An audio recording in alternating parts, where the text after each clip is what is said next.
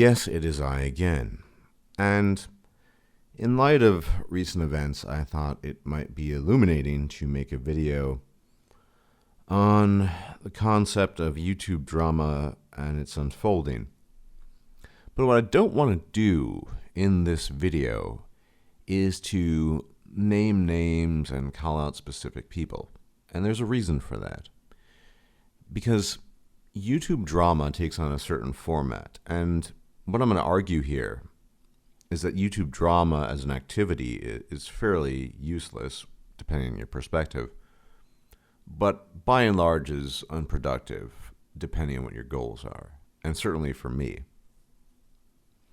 Now, before I go into the details of how that all unfolds, and the problems that are associated with factionalism more generally, but specifically on YouTube, I'll regale you a bit with my own tale of drama. I think the only time in my so-called YouTube career I had a consistent back and forth of drama was my time with Sandman, as it were, this back and forth. Now,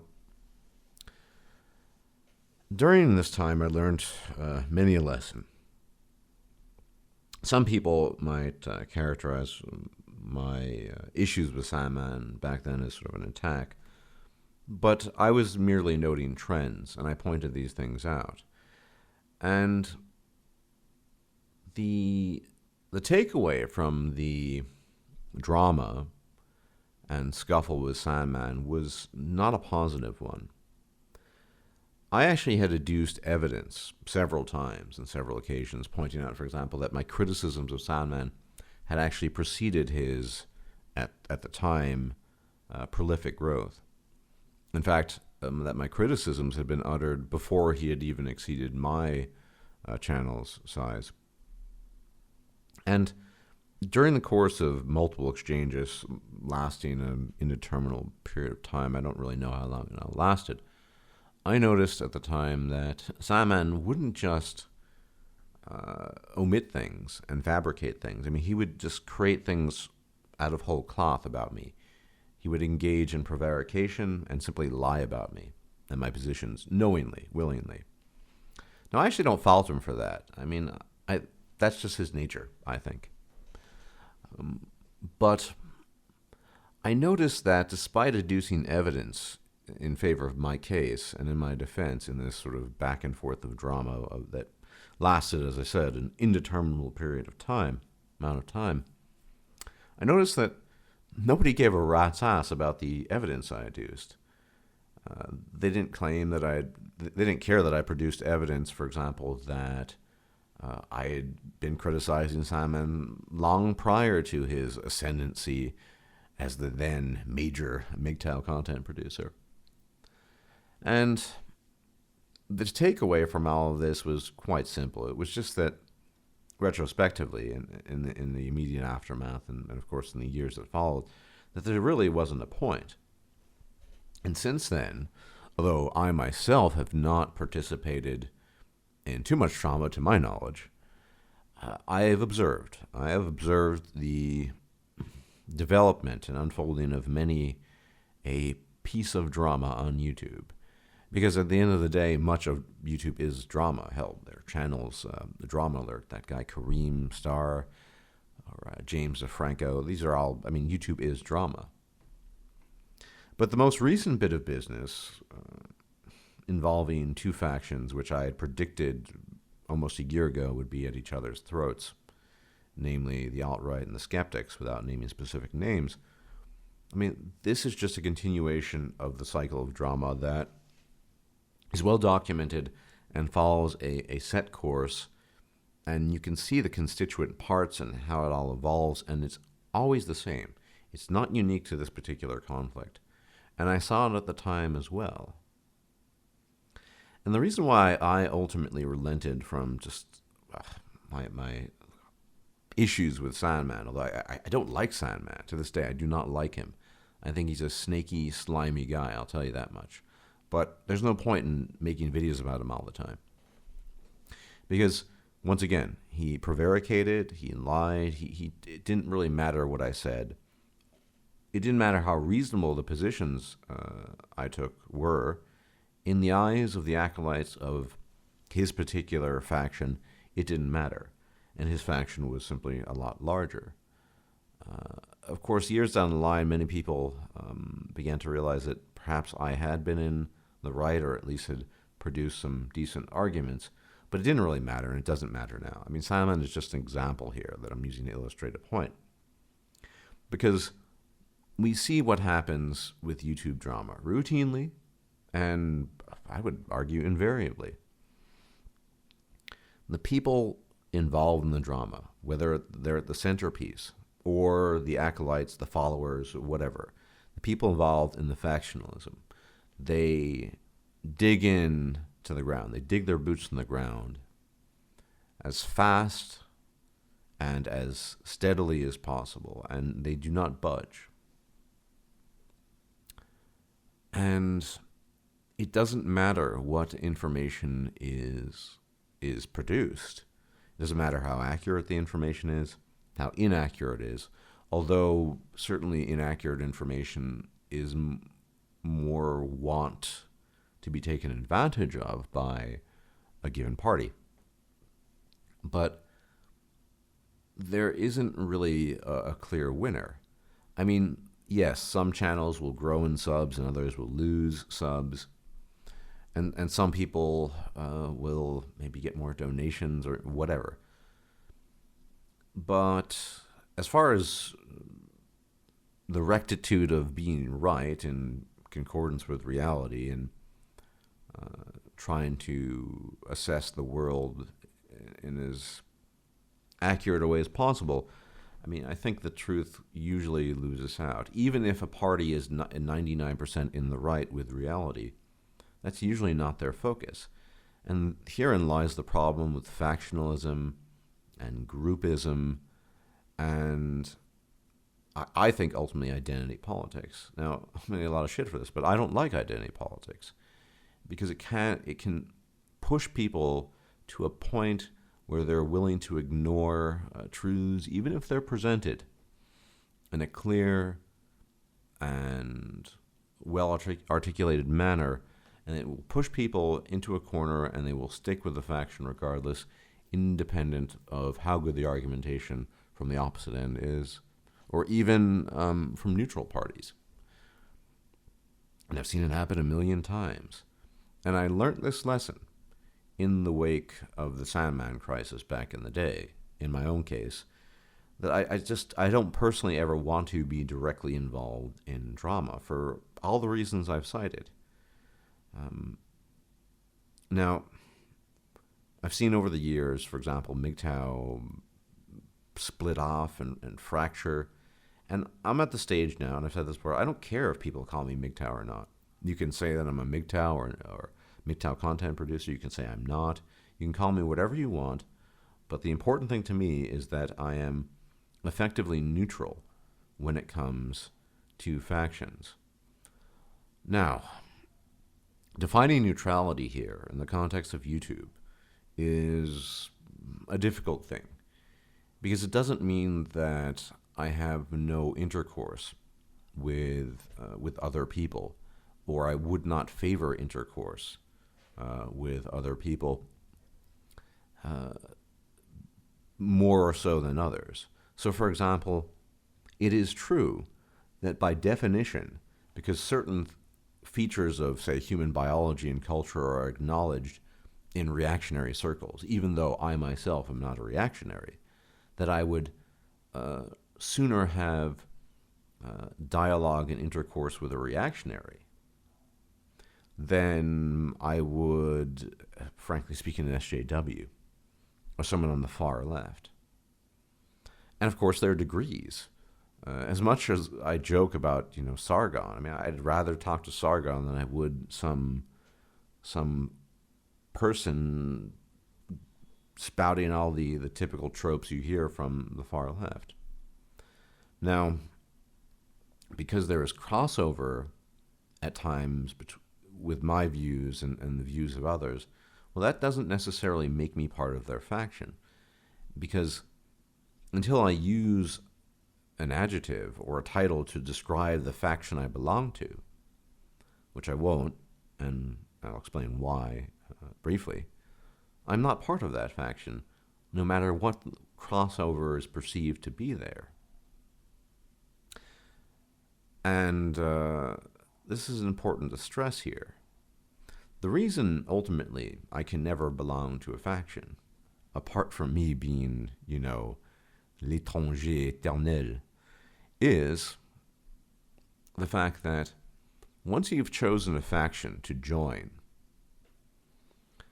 whatever rules of engagement are present and whatever dogma and doctrinal precepts exist, those take on an aspect of the sacred.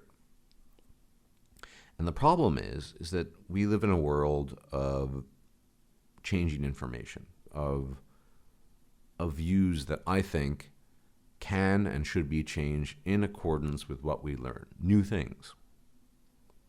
Now, 7 or 8 years ago, my views might have been much more along the lines of those of a classical liberal. These days, I don't really think along those lines, for a number of reasons. I think that liberalism, classical liberalism, is a kind of utopian ideal that cannot be lived out in actual reality as we experience it. And to the extent that it can, it doesn't seem to be favored by people who have not studied it and embraced it. And indeed, we see across the board a general rejection of these principles. And so I have to conclude that it doesn't really map on well to reality. Now, if I had stuck with the classical liberalism, maybe even further back, I'd say maybe not 7, but 8 or 9 years ago, so some sort of libertarian, okay. But you can never change that position.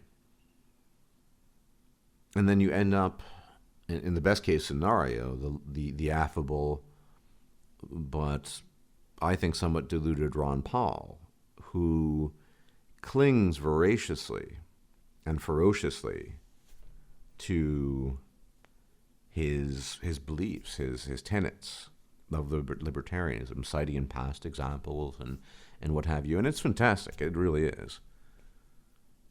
But never once has he taken into account the fact that maybe the world has changed. And maybe some things just won't work anymore. Just an example. So if I dig in my boots into the dirt in a certain corner, whether that's real life, but more specifically in YouTube, a certain corner of YouTube, and say, I proclaim myself to be X, well, then I'm digging myself into a kind of metaphorical grave, because it will disallow for it won't disallow for the accrual of knowledge. But here's the scenario what you end up with, and I think this is what almost uniformly and invariably happens. You end up essentially the cleric, the priest, who no longer believes in his God, but preaches to the masses. A kind of, well, the worst kind of hypocrite, a fraud to oneself. Now, I've already experienced some degree of detractors, because I don't only talk about MGTOW issues or whatever that means. Or I'm willing to entertain the possibility of certain ideas. 6 or 7 years ago, I was far less informed on matters of genetics. It's just a fact. And I wouldn't have been in a position, for example, to craft a video where I talk about social sensitivity alleles in the context of East Asian populations and how they may have contributed to the creation of certain cultural norms. And so that's something we need to take into account, because I've expanded my horizons. It's not, for example, a stretch in that context to say that possibly if there is a higher frequency of social sensitivity alleles in East Asians, and we do not see that frequency represented in Western populations, that might have an outcome on the direction and development these societies have taken throughout the course of history. This is speculative because it hasn't been sufficiently investigated, but it's an idea that can be entertained as an example. Some people won't like that idea because it smacks of, well, I don't know what they would call it, genetic determinism, which is a silly notion, obviously, for reasons I've explained a million times. But you need to be in a position to revise your views. And factionalism, hard factionalism, denies you that opportunity because the end result is punitive. If you have dug your feet into the ground and hold steadfastly to whatever dogma or position you had assumed originally in joining Faction X, well, where do you end up with once you, oh, wow, that's interesting, but that doesn't fit my worldview? What do you do? Once again, you become the false cleric. You become not only a deceiver to the masses, but a deceiver to yourself, which I think is far worse. Living an intellectual lie. So, there really isn't any option, I think, for someone like myself, and for other people of like mind, kindred spirit, if you will, ähnlichen Geistes, to belong to no faction. And where there's crossover, there's crossover. To the extent that there's crossover, that's merely the result, in my view, of factions having views that might be correct at times. And so you might have we'll call this Faction X. Faction X might have an assortment of views, and let's say you were to catalog them all, and you discover that 65% of their views are correct.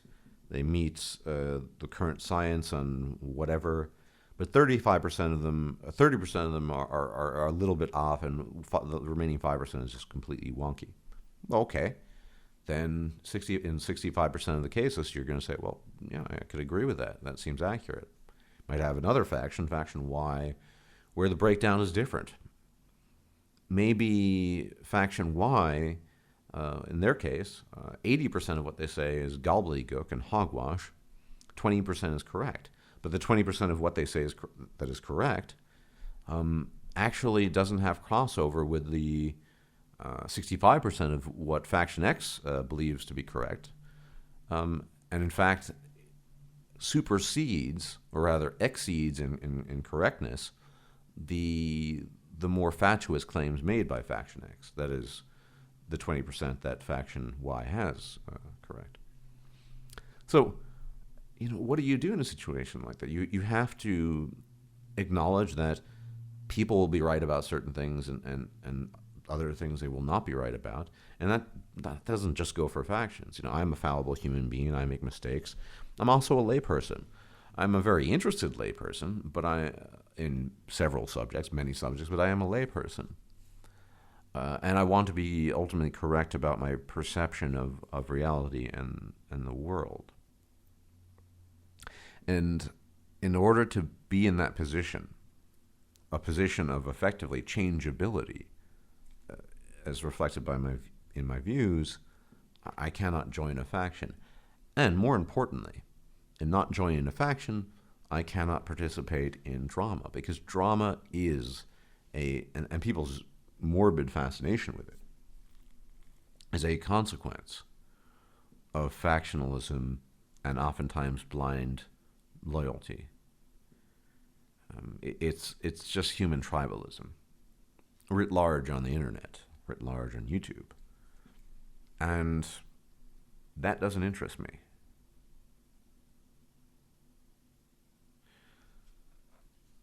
And yeah, I think I've more or less said my piece on this. There's nothing to be gained from internet drama, or the kind, at least in terms of, if you're interested in sort of truth in some Gnostic sense, there's nothing to be gained from that. If you want a bunch of people to hang out with and sort of nod in agreement with on occasion so you can feel good about yourself and feel like you belong someplace or to somebody or group, maybe factionalism is useful. I think it's markedly clear that most human beings do not value truth over utility.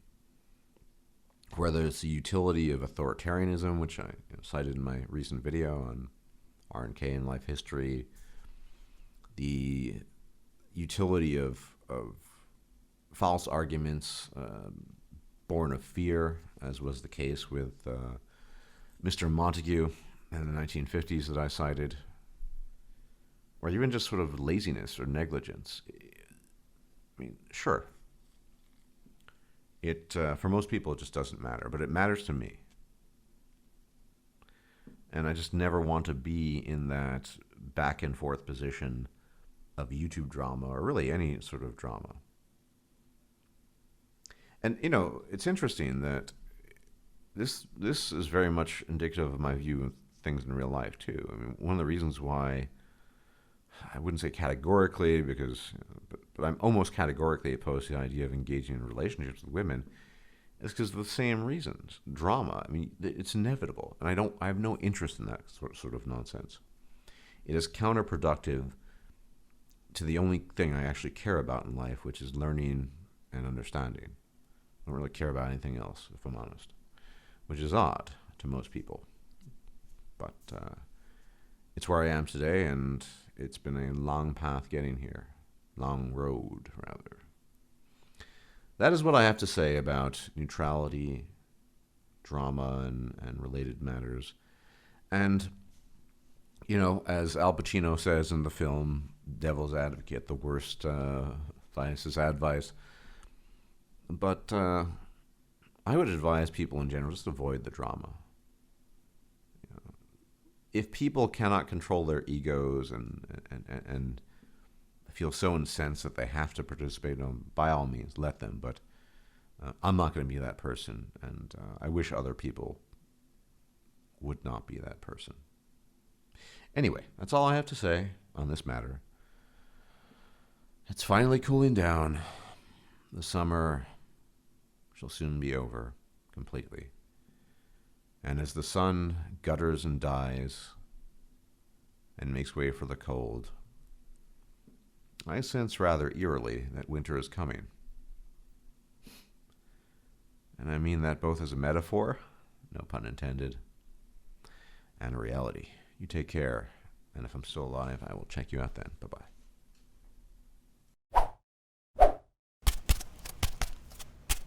If you liked this video, please like, share, and subscribe. And if you enjoy my content, please consider making a donation or becoming a patron. Thanks for watching.